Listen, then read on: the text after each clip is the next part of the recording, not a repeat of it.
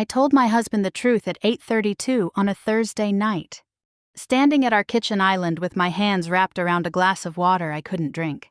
I had rehearsed the confession all afternoon. I expected shouting. I expected a fist slamming against granite.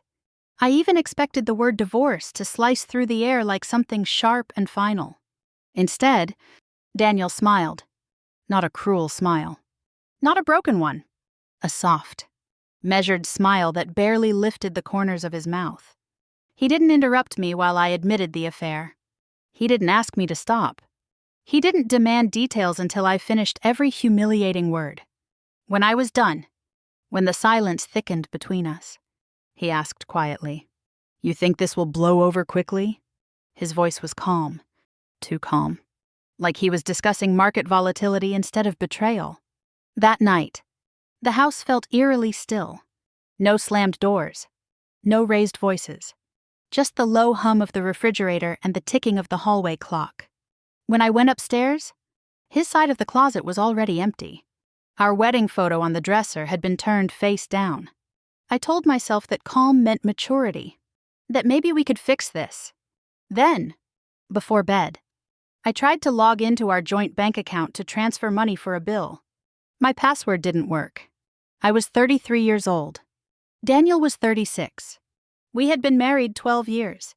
We had an 8-year-old daughter, Sophie, who still left her sneakers in the middle of the hallway no matter how many times I asked her not to.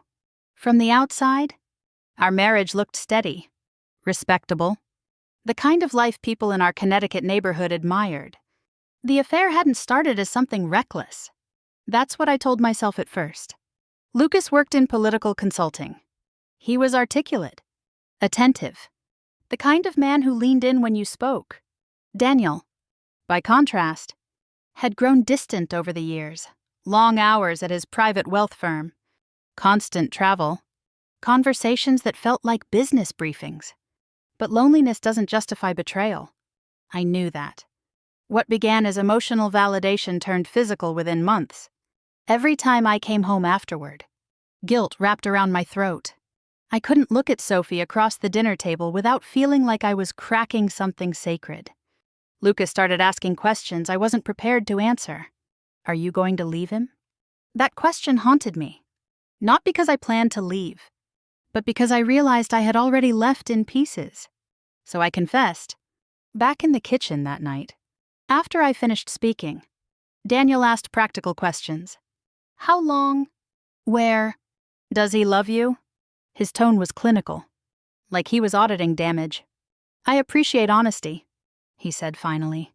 That sentence unsettled me more than anger would have. He didn't accuse. He didn't insult. He simply nodded once and said, "We'll handle this privately." When I asked, "Are you going to divorce me?" he looked at me steadily. "I haven't decided what serves our family best." Family. Stability. Structure. He framed everything like a strategy meeting. The next morning, he made Sophie's breakfast as usual. Pancakes shaped like uneven circles. He kissed her forehead before school.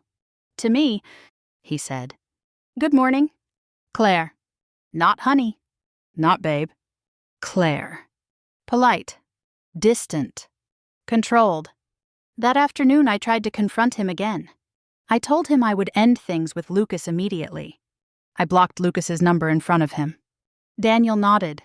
That would be appropriate? No anger. No relief. Just assessment. By evening, subtle changes had begun stacking up like quiet paperwork. His office door, which had never been locked in 12 years, now clicked shut. Our shared digital calendar no longer showed his work appointments. His direct deposit, I later discovered, had been redirected to a new account. At the grocery store the following day, my card declined. I stood there, flushed and embarrassed, while the cashier tried it again. When I asked Daniel about it that night, he didn't raise his voice. "I'm reorganizing accounts," he said.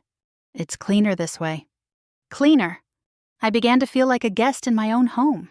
He never insulted me, never punished me in obvious ways. But space formed between us like ice spreading across a lake. A week later, I overheard him in his office on the phone. "No," he said calmly. "I'm not angry. I'm patient." I sat alone in the living room that night, staring at the dark television screen, replaying his smile in my mind. I had braced myself for explosion, for chaos, for immediate consequences. Instead, I was facing something quieter. Anger burns hot and fast. Silence preserves energy. At the time, I believed the worst part was over, that confessing my betrayal had been the hardest step. I had no idea that Daniel's smile was not acceptance. It was the beginning of a decade-long freeze I wouldn't fully understand until years later. 3 months after my confession, nothing had exploded. There were no broken plates, no slammed doors, no late-night arguments that shook the walls. Instead, our house ran with a new kind of order: quiet, efficient, carefully measured. Daniel spoke to me only when logistics required it. "Sophie has soccer at 4. The electric bill is due Friday. We're hosting dinner next week." His tone was neutral, polite, as if I were a colleague sharing office space rather than his wife of 12 years. One afternoon, I noticed I'd been copied on an email thread between Daniel and our financial advisor. It outlined adjustments to our portfolio, shifts in asset allocation, a review of long-term estate positioning. Normally, I handled our charitable distributions and tax planning. This time, my name sat at the bottom of the email chain like an afterthought. No one asked for my input. I told myself it was temporary. Shock management. Stabilization. But the changes kept coming. In public, Daniel became almost impeccable. At church on Sundays, he stood beside me with his hand lightly resting at the small of my back. Not intimate. Just present. We attended Sophie's school events together. We hosted a winter neighborhood dinner where Daniel poured wine, laughed easily, and thanked everyone for their support over the past year. Support. That word lingered in my mind. At a charity gala in February, one of his colleagues clasped Daniel's shoulder and said, "The way you've handled everything, it's admirable." I felt my stomach tighten. Handled what? I realized then that Daniel had spoken first. He had told a version of the story before I even understood there would be one. Not a dramatic confession. Not humiliation. Just a quiet narrative of resilience and forgiveness. He had positioned himself as steady, and me as the mistake. At home, the wall between us became more structured. We did separate laundry, separate grocery lists, separate evenings. He no longer asked where I was going. He didn't check my phone. He didn't display jealousy or curiosity. The absence of emotion was more suffocating than anger would have been. One evening, I suggested counseling. "I think we should talk to someone," I said carefully. He nodded. That might be useful. But he never scheduled it. Days turned into weeks. Weeks into months. Stability mattered more than emotion. That was his quiet doctrine. I noticed one afternoon that I was no longer listed as his emergency contact on his company profile. I found out accidentally when I called his office about a scheduling issue and the assistant asked who I was. Who I was. By December, nearly a year after my confession, Christmas approached with forced normalcy. We drove to his parents' house with wrapped gifts stacked neatly in the trunk. Sophie chattered about a school recital. The air inside the house felt warm. Artificially so. Meredith greeted me with a measured hug. "It's good to see you," she said. Her smile controlled. Conversations paused slightly when I entered rooms. No one confronted me directly. No one mentioned the affair. But the air carried awareness. At dinner, Daniel stood to give a toast. "To forgiveness," he said calmly. "To resilience. And to family that chooses stability when things get difficult." Everyone clapped. He did not look at me once. Later that evening, while refilling a tray of cookies in the kitchen, I overheard Meredith whisper to another relative, "He didn't deserve this." The words weren't meant for me, but they landed anyway. By January, I noticed more changes. Daniel opened what he called a tax optimization account. I wasn't included in the meeting with the advisor. When I asked why, he said, "It's cleaner this way." Cleaner, He began using the phrase my assets instead of our assets. It seemed small, linguistic, but language shapes reality. A certified envelope arrived one afternoon addressed only to him. I saw the return address of an estate planning firm before he carried it into his office and closed the door. I didn't ask. Sophie, meanwhile, drifted closer to him in ways that were subtle but undeniable. He helped with her math homework. He attended every debate club meeting. He coached her through science fair presentations. Daddy says grown-ups make mistakes, Sophie told me one evening while brushing her hair. But we move forward. The word stung. At a parent-teacher conference, I arrived to find Daniel already seated beside Sophie's teacher. He had rearranged his schedule without telling me. The teacher addressed most questions to him. I felt like a visitor in my daughter's academic life. One night in late winter, I woke at 2:17 in the morning. The house felt colder than usual. I padded downstairs and noticed the thermostat had been lowered. Daniel stood in the kitchen, a glass of water in his hand. Couldn't sleep? I asked. Just thinking, he replied. About what? I didn't ask. As I turned to go back upstairs, I heard him speaking quietly into his phone in the office. The door wasn't fully closed. Time is leverage, he said. The phrase echoed long after the call ended. A full year approached since the night I confessed. I had expected healing or collapse by now. Some dramatic pivot. Instead, the freeze had deepened. I sat alone at the kitchen island one evening, the same place where I had told him everything, and replayed his smile in my mind. I had believed silence meant restraint, maturity, maybe even mercy. But as the months passed, a new understanding began to take shape. Daniel wasn't reacting to my betrayal. He was redesigning the structure of our lives, quietly, legally, patiently. And I was beginning to realize that patience, in the wrong hands, can be the coldest form of revenge. 1 year after my confession, I was no longer waiting for warmth to return. I was waiting to see how much of me would disappear next. The email arrived on a gray Tuesday morning while I was standing at the kitchen sink. Annual Winter Benefit, Committee Update. I had founded that charity dinner 6 years earlier. I built the donor list. I coordinated vendors. I knew which neighbor preferred white wine and which one needed a reminder call. This year, my name was missing from the planning committee. In its place was Meredith's. I read the email twice before setting my phone down. No explanation. No apology. Just a line that read, "We're grateful for fresh leadership this year." Fresh. When I asked Daniel about it that evening, he didn't look surprised. "They're trying to simplify things," he said, slicing lemon into his water. Less complication. Am I the complication? He paused, finally meeting my eyes. I didn't say that. He didn't have to. Over the next several months, I watched him expand outward while I folded inward. Daniel joined 2 additional nonprofit boards. He began speaking at small community events about resilience in leadership. At one luncheon, I sat in the back row while he thanked those who stay steady when life tests them. The applause was warm. I felt like an exhibit. Invitations to dinners and fundraisers started arriving addressed only to him. RSVPs were confirmed through his office. When I asked about one event I'd heard about secondhand, he replied calmly, "I didn't think you'd want to attend." I had not said that.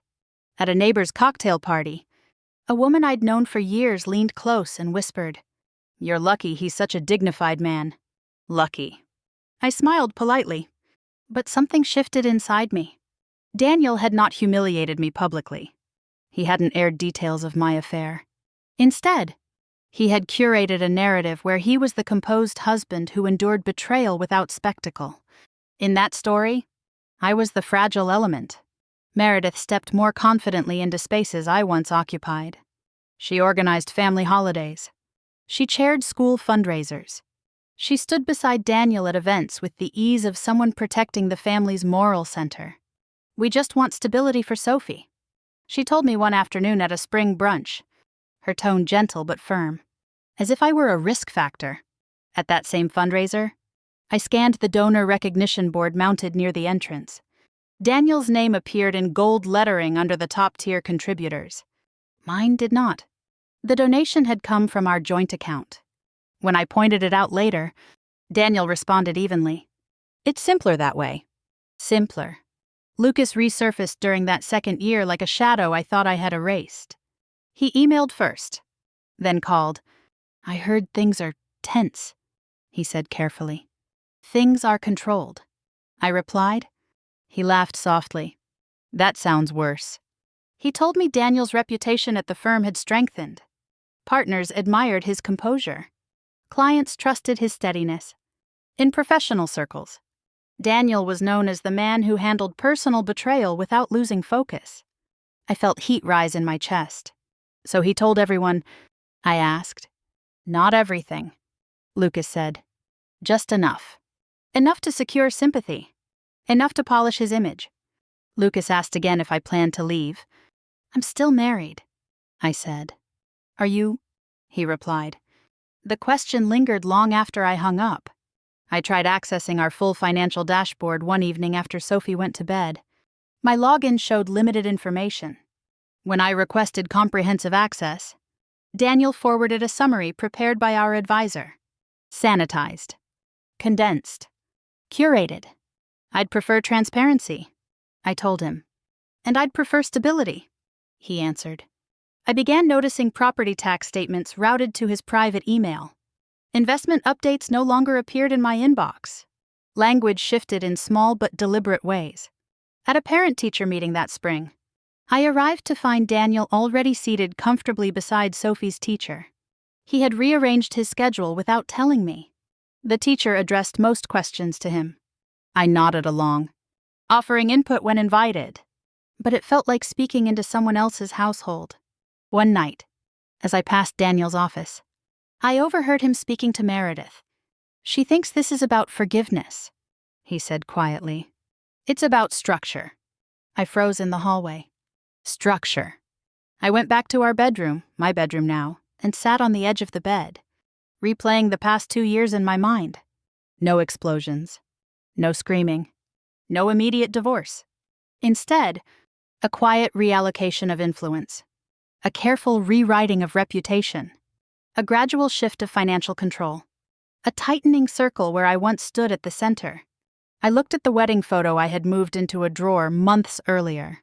I studied our younger faces, hopeful, unguarded. 2 years had passed since the night I confessed. I had expected punishment to burn hot and fade. Instead, it had professionalized.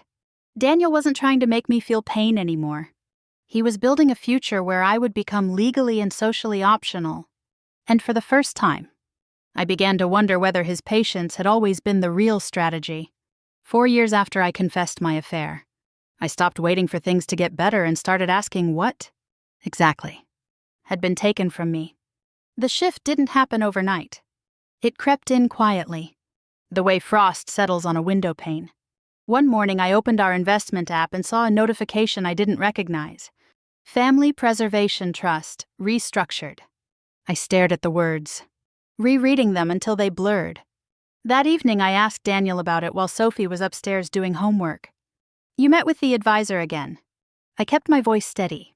Yes, he replied, setting his fork down neatly beside his plate. Long-term planning. Why wasn't I included? He didn't hesitate. You've had a lot on your mind these past few years. I wanted to streamline the process. Streamline? I used to manage our charitable distributions.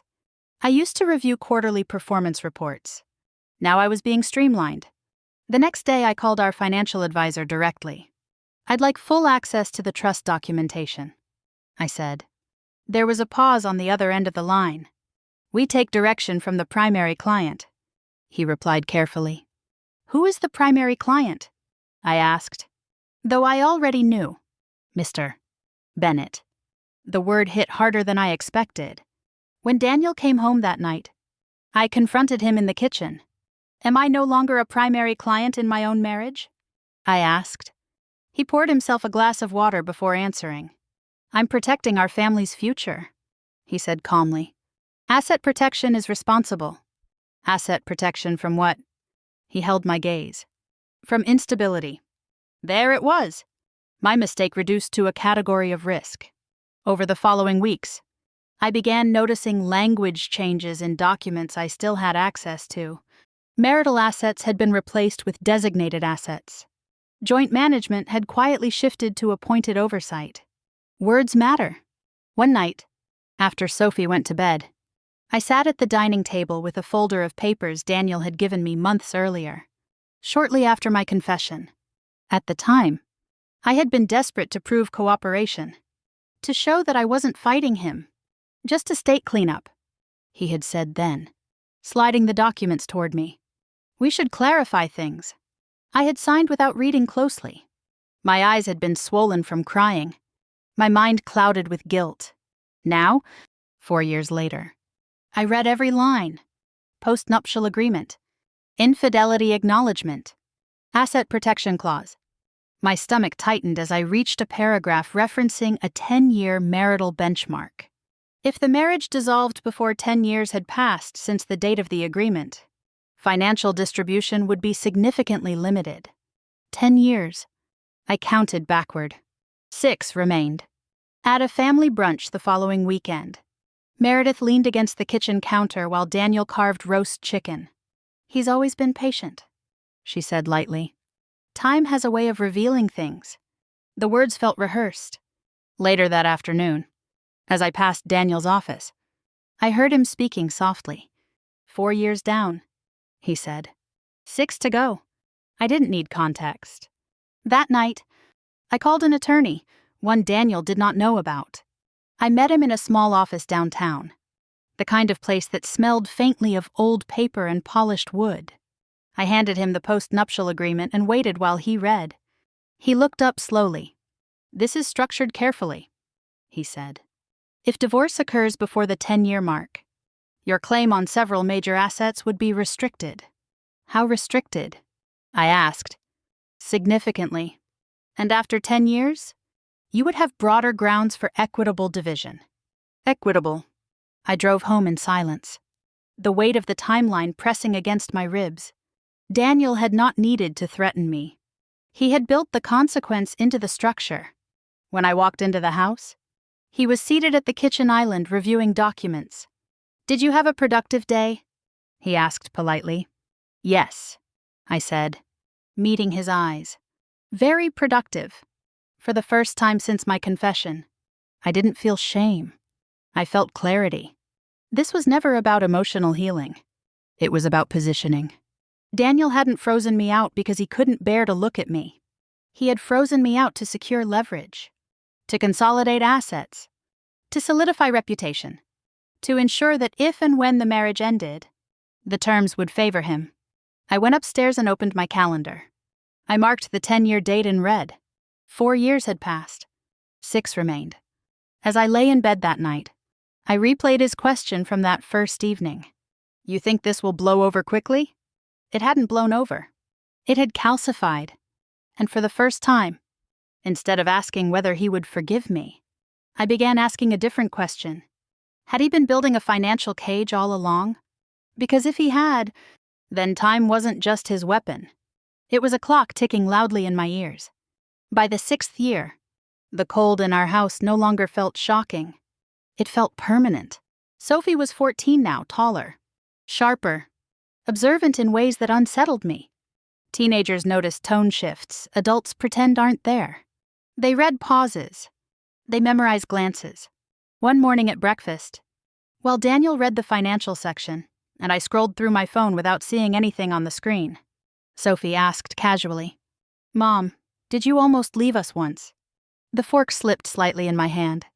Why would you ask that? I said carefully. She shrugged. Dad said there was a time things were complicated. Complicated. Daniel didn't look up from his paper. People grow from mistakes, he said evenly. What matters is commitment. Commitment. Sophie nodded slowly, absorbing the word like it was something solid. Over the next year, I noticed how often Daniel framed life in moral language. Integrity. Stability. Consequences. He never accused me. Never spoke harshly. He didn't need to. The narrative shaped itself around him. He attended every school conference. He volunteered to coach debate club. He helped Sophie rehearse presentations at the dining table late into the evening while I cleaned up in the kitchen. One night, I passed his office and heard them laughing together inside. The door was closed. That door had been closed to me for years. At a school fundraiser, Sophie introduced Daniel to her friend's parents as the one who handles our future planning. She said it proudly. Our future. I felt something tighten in my chest. At the same event, Meredith approached me with a soft smile. "Teen years are delicate," she said. "Stability matters more than ever." "I know," I replied. She held my gaze a second longer than necessary. Not everyone gets a second chance. The implication lingered long after she walked away. That spring, Daniel received a community award for ethical leadership. The ceremony was held in a ballroom with polished floors and bright chandeliers. I sat beside him while a presenter described his resilience through personal hardship. Hardship. The audience applauded warmly. Daniel reached over and squeezed my hand gently. The gesture so subtle it looked like unity. I smiled for the cameras. Later that night, while Sophie scrolled through photos from the event, she looked up at me. "Dad's really strong," she said. "Yes," I replied. "He never talks bad about you." The words landed with a strange kind of force. Never talks bad. Silence had become his shield and his sword at the same time. A few weeks later, I scheduled a private consultation with my own attorney again. I needed clarity about custody implications if divorce happened before the 10-year benchmark. The attorney adjusted his glasses and reviewed the post-nuptial agreement. "Your husband has documented consistent parental involvement," he said. "There's no record of volatility. No public conflict. He's never raised his voice." I admitted. "That matters," the attorney replied. It did matter. Daniel's restraint had become evidence of character. That night, Sophie found me in the kitchen after dinner. The house was quiet. Daniel was in his office. As usual. "Mom," she said gently, "did you hurt Dad?" The question hung between us like a fragile thread. "Yes," I said finally. "I made a mistake. A big one." She absorbed that. "He says time reveals character," she added softly. I closed my eyes for a second. "And what do you think?" I asked. She hesitated. "I think people change." It wasn't condemnation. It wasn't forgiveness. It was uncertainty. But I could feel the distance growing. Over the following months, I noticed Sophie turning to Daniel first for decisions about college visits, extracurricular commitments, even weekend plans. He never discouraged her from speaking to me, but he never redirected her either. I discovered one afternoon that her college savings account had been restructured under Daniel's sole trusteeship within the trust. When I confronted him, he responded evenly. "It's simpler administratively. Everything was simpler when I was excluded." That night, I stood in Sophie's doorway while she slept. 6 years had passed since the night I confessed. The 10-year mark loomed closer. I had feared losing money. I had feared losing reputation. But standing there in the dim hallway light, I understood something far more frightening. Daniel wasn't just protecting assets. He was protecting allegiance. And if I wasn't careful, the cold he had built between us wouldn't just cost me financially. It would cost me my daughter's loyalty. For the first time in years, guilt no longer defined my fear. Loss did. 8 years after I confessed, I stopped pretending I didn't know exactly what Daniel was waiting for. The date lived in my head like a quiet alarm. 2 years remained before the 10-year benchmark in the post-nuptial agreement matured into full protection for him. I circled the date in red on a small paper calendar I kept hidden in my desk drawer. He had his timelines. I would have mine. I met with my attorney again on a rainy afternoon downtown. The office smelled like coffee and paper, steady and impersonal. "If a divorce is filed before the 10-year mark," he said, reviewing the agreement again, "your financial claim remains limited under the infidelity clause. And after," I asked, "after 10 years, the restrictions loosen. Courts tend to weigh duration differently at that point." Duration. Daniel didn't need to rush anything. The longer we remained legally married, the stronger his structural position became. Asset appreciation, trust growth, professional partnerships locked in under his name. Has he filed anything formally? My attorney asked. No, I said.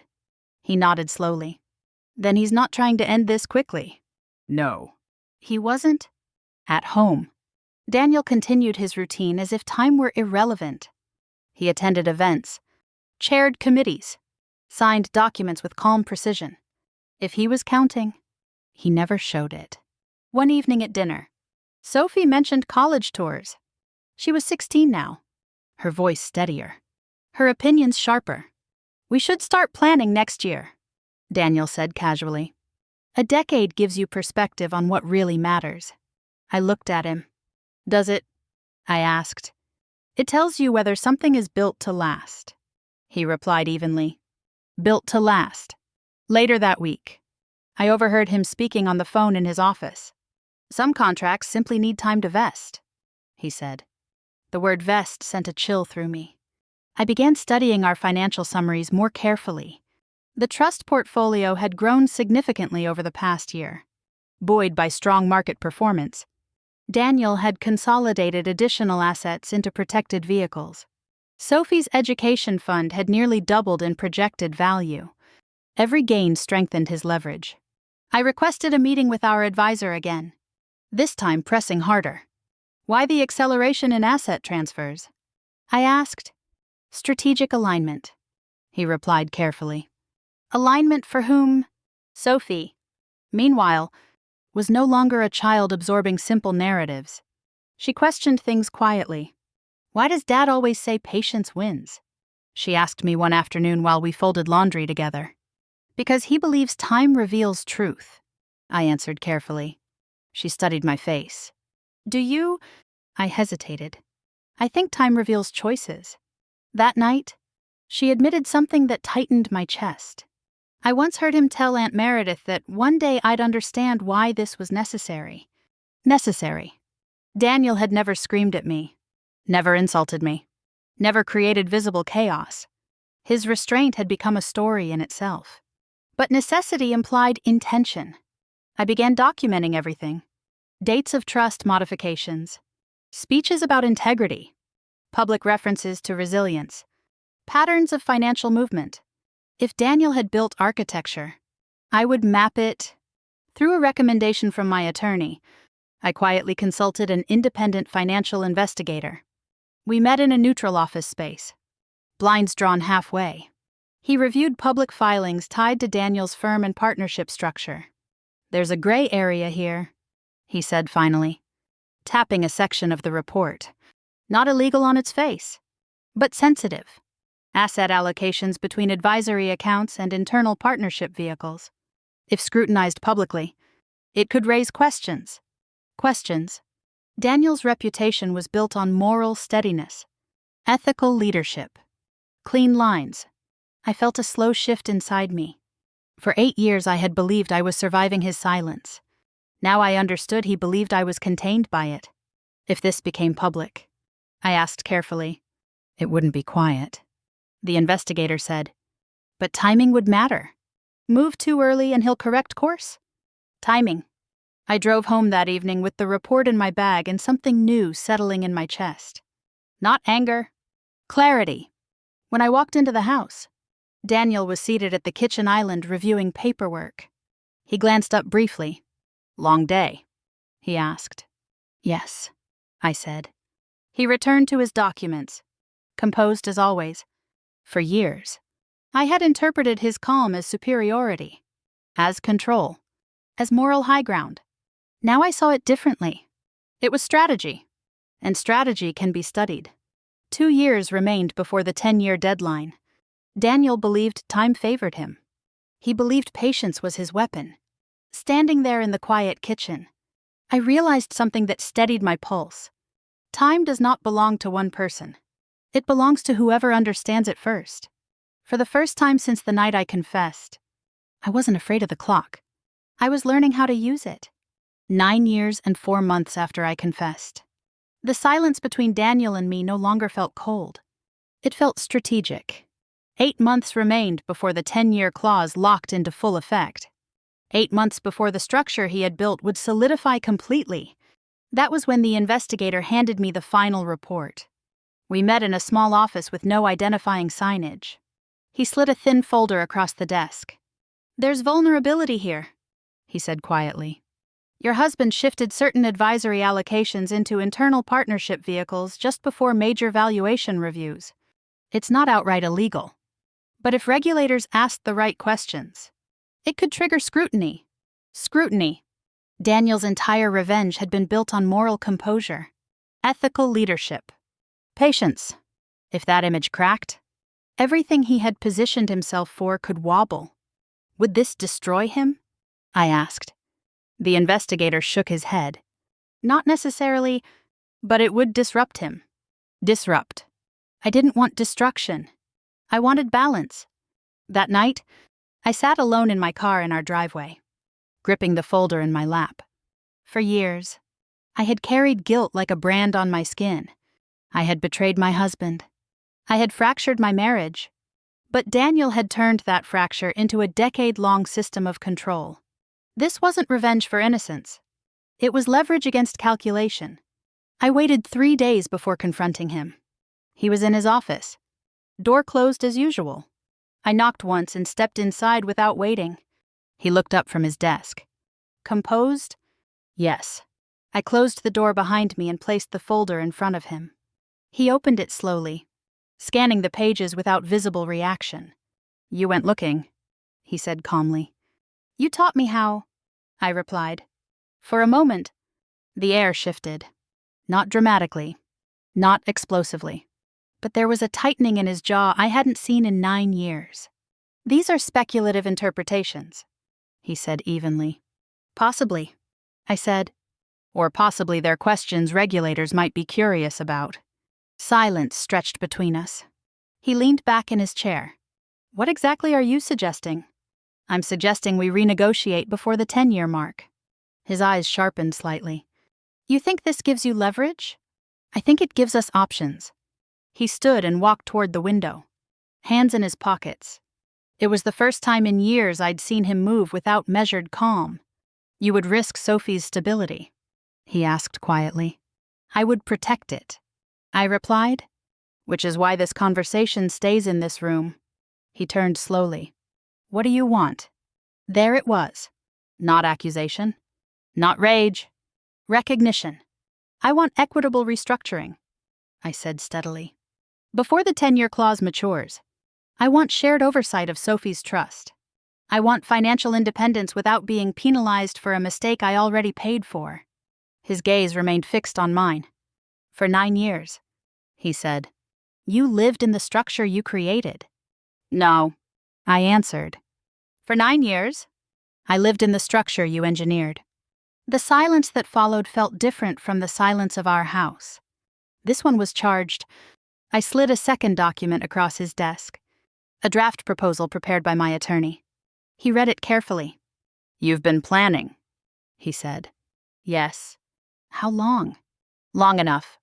For weeks afterward, negotiations moved quietly through attorneys. No shouting. No public drama. Just revisions. Counter-proposals. Adjustments. Daniel remained composed in public. At events, he stood beside me as always. Smiled as always. But at home, something had shifted. The certainty was gone. The final agreement came together 6 months before the 10-year benchmark. Assets were restructured. Settlement terms adjusted significantly in my favor compared to the original post-nuptial limitations. Sophie's trust amended to require dual oversight on major decisions. The divorce filing date was scheduled strategically, before the 10-year clause could fully solidify. The day he signed the amended agreement, he did not look at me. His pen moved smoothly across the page. When he finished, he set it down carefully. "You finally learned how to play," he said quietly. I met his eyes. "You were a very patient teacher." He almost smiled. Almost. That night, I stood alone in the kitchen, staring at the red circle on my hidden calendar. The 10-year mark was still months away. But the trap had already been dismantled. For nearly a decade, Daniel believed time belonged to him. He believed patience was control. He believed silence was superiority. What he didn't account for was that silence teaches observation. And observation, eventually, becomes strategy. As I turned off the kitchen light and walked upstairs, I realized something that steadied me completely. He had asked me once if I thought it would blow over quickly. No, it hadn't blown over. But in the final months, the cold had shifted, and for the first time in 9 years, the power no longer felt one-sided. 3 months before the 10-year mark, I signed the divorce papers in a quiet office that smelled faintly of leather and coffee. There was no dramatic confrontation. No last-minute pleas. Just signatures, dates, and the soft shuffle of documents sliding across polished wood. The amended agreement we had negotiated months earlier made the process efficient. Clean. Daniel signed without looking at me. The trap he had spent nearly a decade constructing never fully matured. When we stepped outside into the late afternoon light, we stood there for a moment like two executives concluding a long-term partnership. "This is what you wanted," he said calmly. "This is what we both built," I replied. He nodded once and walked toward his car. There was no anger left in him, but there was no warmth either. The community response was muted. Officially, we described it as a mutual decision after years of reflection. No scandal surfaced. No regulatory questions were raised. The vulnerability I had uncovered remained where it belonged, between us. Daniel retained his reputation. Ethical, composed, dignified. Meredith sent a brief message the evening the divorce was finalized. "I hope this brings peace," she wrote. Peace had never been the objective. Clarity had. Sophie, now 17, handled the news with more maturity than either of us had shown a decade earlier. She sat at the kitchen table, our kitchen table, and listened as we explained the logistics. "So you're not fighting?" she asked. "No," Daniel said evenly. "We've already worked through the details," I added. She looked from him to me, studying our faces. "I don't think either of you won," she said finally. The honesty of it caught me off guard. "But I think you both survived." That night, she came into my room and sat on the edge of the bed. "Did you ever think about leaving sooner?" she asked quietly. "Yes," I admitted. "Why didn't you?" I considered the question carefully. "Because I thought staying meant repairing," I said. And then I realized staying had become something else. She nodded slowly, absorbing the weight of adult decisions. Daniel and I had one final conversation in the nearly empty house before it went on the market. Furniture had been sold. Walls looked strangely bare without framed photographs. He stood in the living room, hands in his pockets, surveying the space like a project completed. "You forced me to rethink everything," he said. "So did you," I replied. We stood there, not as husband and wife, but as two people who had spent 10 years in a controlled standoff. "You think it was worth it?" he asked. "Which part?" I said. "The patience." I held his gaze. "I think it froze us," I answered. And eventually, it thawed. For the first time in years. He didn't smile. I moved into a townhouse 15 minutes away. Smaller, brighter, mine. The first night there, the quiet felt different. It wasn't imposed. It wasn't strategic. It was chosen.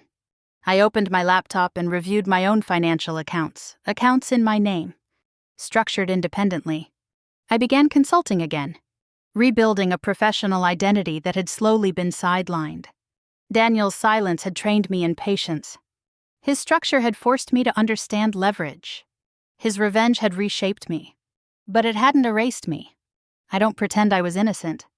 I cheated on my husband. I fractured trust. But I also learned something I didn't understand at 33. Rage burns hot and fades. Silence can last a decade. When someone responds to betrayal with calm instead of chaos, do not mistake it for forgiveness. Sometimes it is calculation. Sometimes it is architecture. If Daniel had screamed at me that first night, if he had filed for divorce within weeks, we would have been finished quickly. The wound would have been sharp, but short. Instead, he smiled, and that smile became a structure. Looking back now, I don't see villains or heroes. I see two flawed people reacting differently to betrayal. I see how guilt can blind you to strategy. I see how patience can become either prison or weapon. If you've ever been frozen out instead of fought with, you know what I mean? If someone ever smiled at you when you expected anger, ask yourself what that silence really meant. Would you have waited? Would you have walked away in the first year? Or would you have stayed, believing things would soften on their own? I'd genuinely like to know. Tell me in the comments what you would have done in my place. I read every story, and sometimes the ones you share are even more powerful than mine. If this story resonated with you, if you've experienced quiet revenge, family betrayal, or the slow shift of power inside a marriage, there are more stories here waiting for you. Stay with me. And if you believe patience can be either a prison or a weapon, make sure you're subscribed, because the next story might hit closer to home than you expect. I cheated once. He smiled once. And between those two moments, we built a decade of silence that changed us both forever.